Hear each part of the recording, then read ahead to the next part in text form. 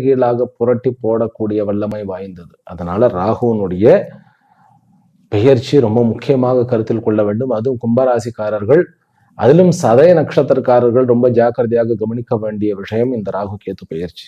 இங்க ராகுன்னு சொன்னாலே பிரம்மாண்டம், பிரமிப்பு, புரியாத புதிர், திடீர்னு நடக்கிறது, எதிர்பாராத விதமாக நிறைய, அதாவது புகழை அடைவது, எதிர்பாராத விதமாக அப்படியே கவர்ந்து விடுவது, இமாலய வெற்றி அடைவது, அதே போன்று நாடு காணாத தோல்வியை தழுவுவது, இதெல்லாம் ராகுனுடைய செயல். அது மட்டும் இல்லாம, அதாவது கொட்டுன்னு கொட்டக்கூடிய பணம், ராகு எல்லாம் பணம் கொடுக்க ஆரம்பிச்சிருச்சுன்னு வச்சுங்களேன், உங்களுக்கு கொள்ள முடியாது, அப்படி பணம் கிடைக்கும். அதே போல வில்லங்கமும் இருக்கும். அதுதான் ராகு.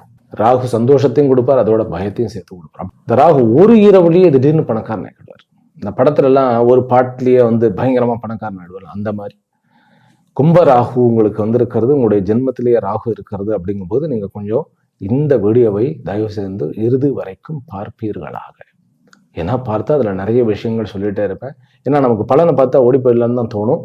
ஆனா பலனோடு சேர்ந்து சில விஷயங்களும் புரிந்து கொண்டால் தான் நம்முடைய இந்த 1.5 வருஷத்தை நன்கு நம்ம பயன்படுத்த முடியும். ராகு லக்னத்துக்கு உங்களுடைய ராசிக்கு வந்துட்டாலே